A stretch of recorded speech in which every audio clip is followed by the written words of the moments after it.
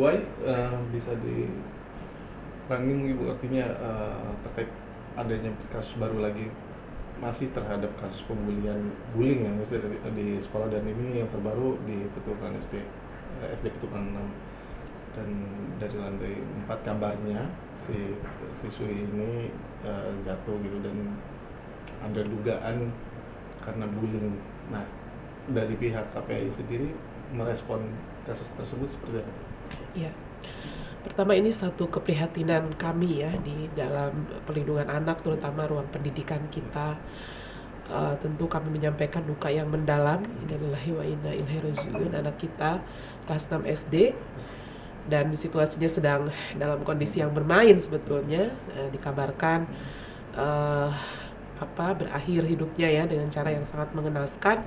Nah, KPAI langsung melakukan pengawasan mas hari tadi dari pagi sampai tadi sore baru pulang, karena juga pemakaman Ananda serta sekolah ya bersama-sama, dan seluruh pemangku kepentingan juga hadir. Yang pertama, ini masih diselidiki oleh kepolisian apakah betul-betul terjadi peristiwa ini karena kecelakaan. Dan yang kedua, atas dugaan-dugaan yang berkembang gitu ya, bahwa mungkin sebelum peristiwa itu ada dipicu anak-anak kita terkena situasi pembulian, perundungan yang itu secara psikis ya tidak bisa terurai, dan kemudian mengambil jalan yang mengakibatkan fatal.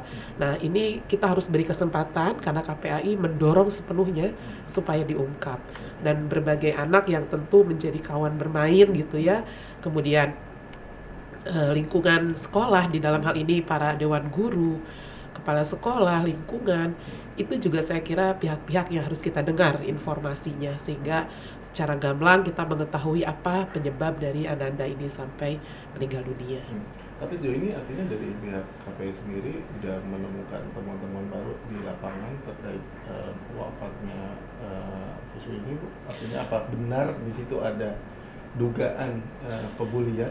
Nah, ini yang harus kita lebih dengar lebih banyak dari berbagai pihak, karena kita bertemu dengan keluarga, dengan wali kelas, bahkan dengan kepala sekolah ya, lingkungan guru-guru, dan tentu kepada kepolisian gitu. Dan satu lagi yang sedang kita tunggu adalah CCTV. Ini kan bukti otentik yang harus kita beri waktu gitu ya. Kemudian kita juga belum tahu bagaimana misalnya ada sinyalmen-sinyalmen atau firasat orang tua. Ini kan tentu yang belum bisa tersentuh Mas, karena situasi keluarga masih berduka. Kemudian guru-guru juga masih shock saya lihat gitu ya, dengan kunjungan KPAI tadi menginformasikan bahwa masih belum bisa diminta keterangan secara lebih jauh. Itu artinya hari ini kami menemukan bahwa semua elemen perlindungan anak turun dan sangat merespon peristiwa ini menjadi sesuatu keprihatinan luar biasa. Nah, berikutnya tentu sama dengan teman-teman akan mengembangkan ya sejauh mana nanti temuan-temuan ini, apalagi jika ada dugaan betul dari situasi perundungan, ini tentu akan menjadi lembar catatan yang akan kita tingkatkan pada praktik advokasi dan memastikan lingkungan pendidikan tanpa kekerasan. Ini yang tentu saja akan kita terus pantau dalam pengawasan KPAI. Bu, tapi kalau melihat dari kacamata kasus SD Petukangan tadi, itu sepertinya mungkin akhir-akhir ini, belakangan ini, khususnya di lingkungan sekolah lagi marak banget aksi bully gitu segala macam. Nggak hanya mungkin dari secara verbal, bahkan ada kontak fisik kayak gitu. Nah, seperti apa sih KPI melihat kasus tersebut gitu yang masih terus menerus terulang? Gitu? Mungkin hari ini ada basisnya pengaduan dari online ya. Di Cilacap juga kita menemukan situasi bully.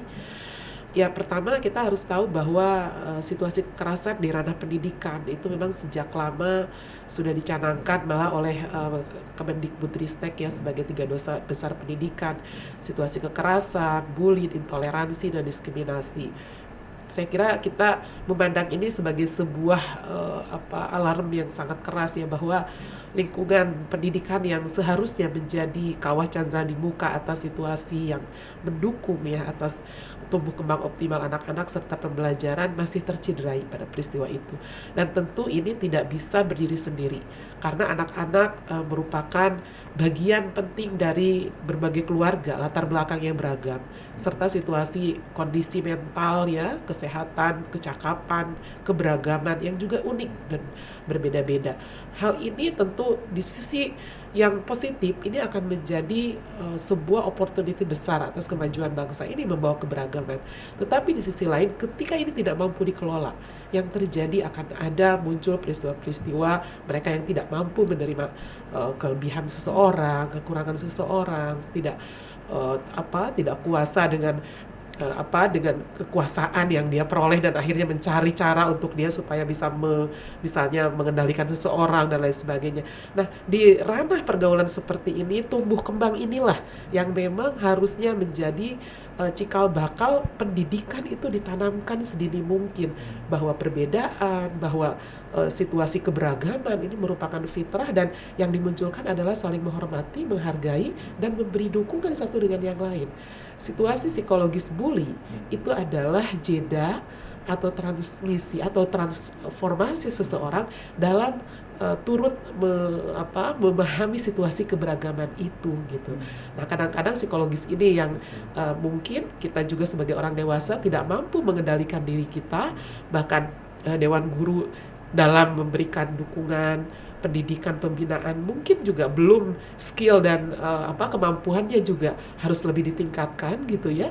Dan tentu saja di kalangan yang lebih memiliki kebijakan pemangku kepentingan, penyediaan atas ruang lingkup regulasi ini apakah juga sudah sampai di tingkatan yang lebih operasional, karena ini akan masuk dalam kewajiban kita menyediakan baik itu SOP, standar operasional misalnya, kemudian mekanisme ya, pedoman-pedoman bagaimana jika terjadi pencegahan bully, bagaimana penanganan jika terjadi, dan rehabilitasi untuk misalnya penanganan.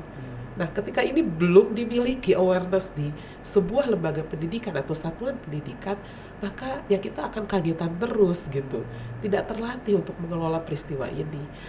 Harapan saya sebetulnya kan karena kalau trigger kasus sudah sekian banyak ya, ini harus sudah menjadi perangkat lunak dan perangkat keras sekolah, memiliki SOP yang jelas, memiliki pencegahan dan langkah-langkah yang jelas juga di dalam mengelola atau mengimplementasikan isu ini menjadi sebuah kewajiban bersama gitu. Jangan pernah kita menunggu ada peristiwa dulu baru kita akan sibuk dengan berbagai kegiatan. Tetapi mari saya mengajak dalam hal ini satuan pendidikan bersama kita bisa berkolaborasi dengan KPAI, dengan Dinas Pemberdayaan Perempuan, Perlindungan Anak, Dinas Sosial misalnya, bahkan kepolisian saya kira dengan bimbingan masyarakatnya, ini bisa berkolaborasi untuk melakukan pencegahan yang sistematis, lalu kemudian kalau terjadi seperti ini penanganan semua pihak.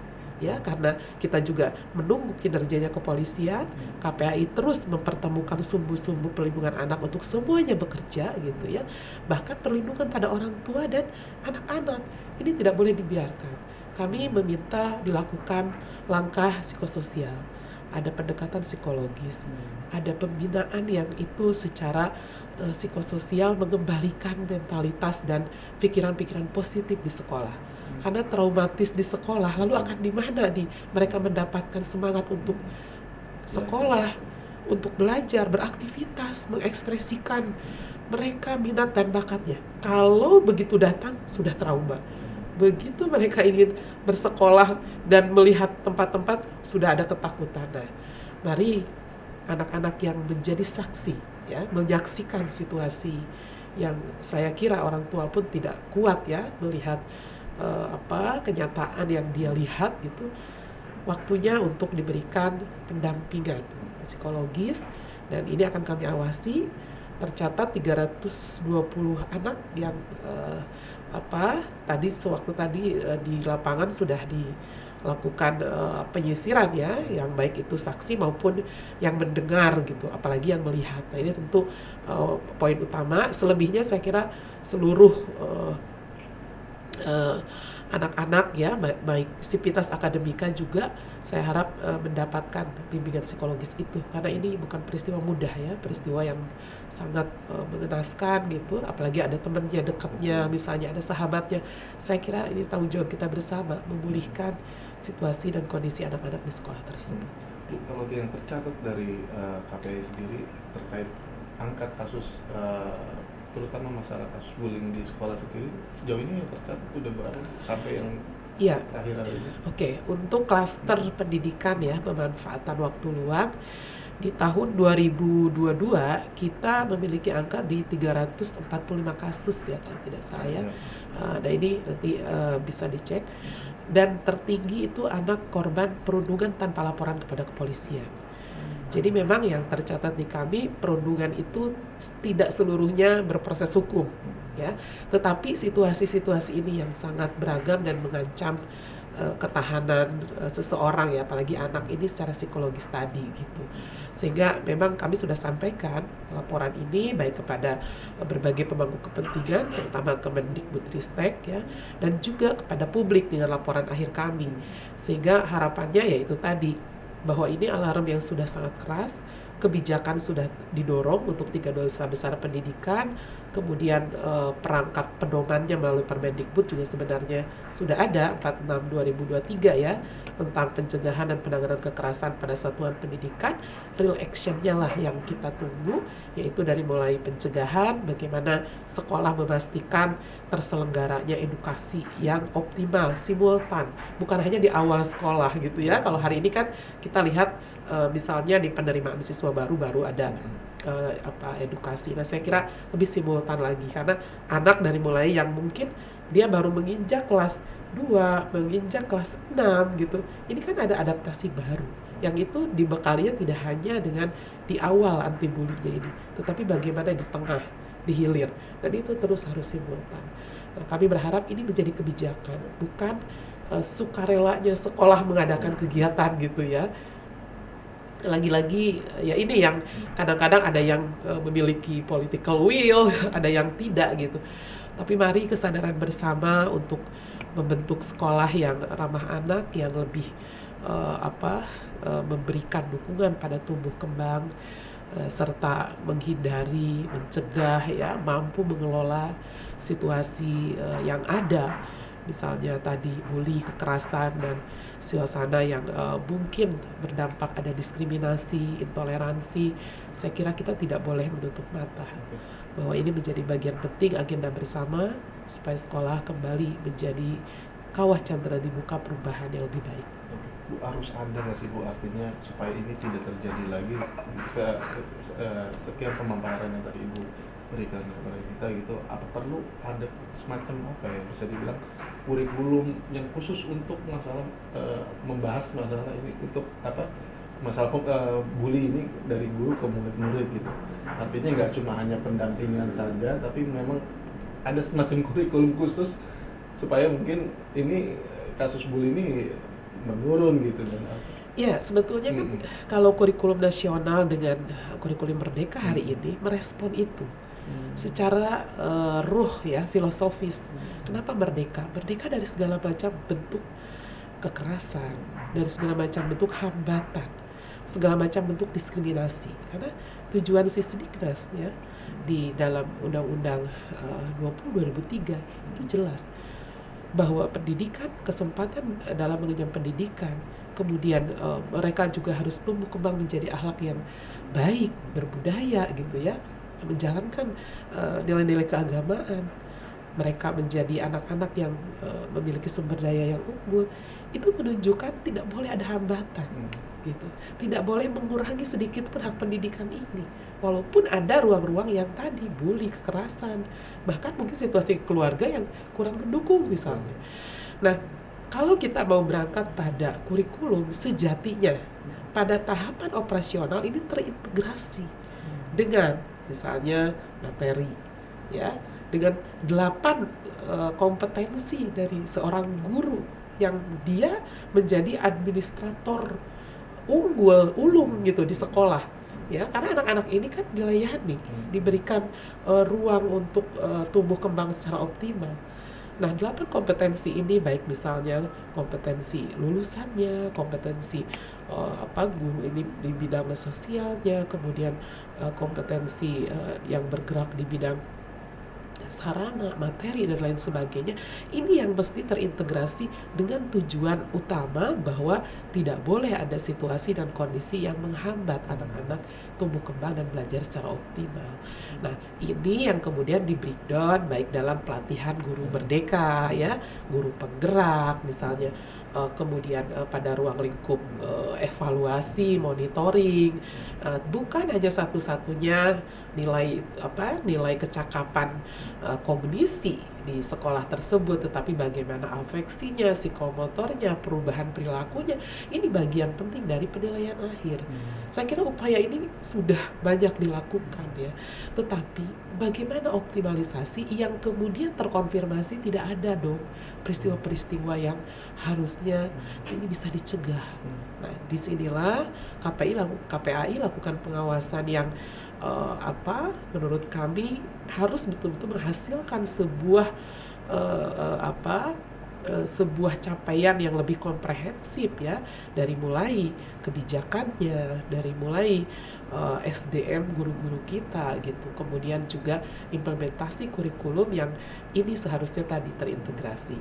Nah, sehingga kasus ini pun kami akan awasi dengan tentu pendekatan komprehensif seluruh yang terlibat penuh gitu ya, baik itu kepolisian, Disdik ya, Jakarta Selatan, kemudian sekolah sudah pasti, Dinas Sosial, UPTD PPA, Dinas Pemberdayaan Perempuan, untuk kembali besok di hari Jumat kemungkinan akan melakukan rapat bersama lagi gitu, dan temuan-temuan akhir dari kepolisian saya kira akan menjadi pertanda untuk kita mengetahui hal yang sejelas-jelasnya terjadi. Oke, terakhir Bu, ini juga kasus pembulian juga ini sering dialami juga sama anak-anak artis nih, kalangan selebriti juga. Terakhir kemarin ada anak Sunan Kalijaga segala macam lah itu yang public figure. Nah, ini gimana Bu? Artinya ada case khusus gak sih kalau untuk anak-anak artis ini Bu yang pernah, yang sering juga mengalami pembuli sendiri, mungkin dari pihak orang tuanya yang apa segala macam? Iya, peristiwa bully ini tidak pandang bulu ya, tetapi unsurnya harus kita pahami, memang ada relasi kuasa, dan biasanya terjadi kepada anak yang memiliki keunikan, misalnya ya, ada yang disebut kelihatan dari fisiknya terlemah misalnya. Ada juga jangan dikira dia misalnya masuk kategori tercantik, terganteng, tercakep, itu juga sesuatu bisa terjadi gitu pembulian itu ya. Terutama tadi ada relasi kuasa di mana misalnya seseorang menguasai seseorang lagi. Nah, dia bisa kapan saja nyuruh-nyuruh ya, bisa kapan saja melakukan tindakan-tindakan yang misalnya menggerakkan orang lain untuk melakukan serangan atau agresi kepada seseorang. Nah, sebetulnya bagaimana dengan anak-anak kalangan artis? Ya, kita bisa mengidentifikasi jika itu terjadi, misalnya seseorang itu karena ingin mengagumi misalnya, atau bahkan seseorang bisa melontarkan kata-kata yang itu hoax atau kebohongan atau apa untuk mencari perhatian misalnya. Nah, saya kira itu yang prinsipnya adalah hal-hal yang terjadi dalam perundungan itu bisa terjadi pada siapapun. Daya cegah yang harus kita lakukan, di antaranya kalaupun kita warawiri di media sosial gitu ya, ya memang harus mengerti situasi dan kondisi bagaimana kita sedang menyampaikan pesan itu lewat media gitu. Jangan sampai pesan kita sebetulnya ingin menunjukkan bahwa saya ini aktif beraktivitas dan anaknya seorang pesohor, tetapi malah yang ditunjukkan adalah kesombongan, kecongkakan, dan mungkin tidak melihat status sosial ya yang sedang dia bicarakan, misalnya melemahkan orang lain. Nah, hal-hal seperti ini yang memang butuh dukungannya tentu saja dari keluarga ya, dari lingkungan, dari sekolah, pendidikan, dan juga saya kira untuk literasi digital. Semua orang yang sudah berinteraksi dengan media harusnya memang memiliki kecakapan dalam menggunakan media.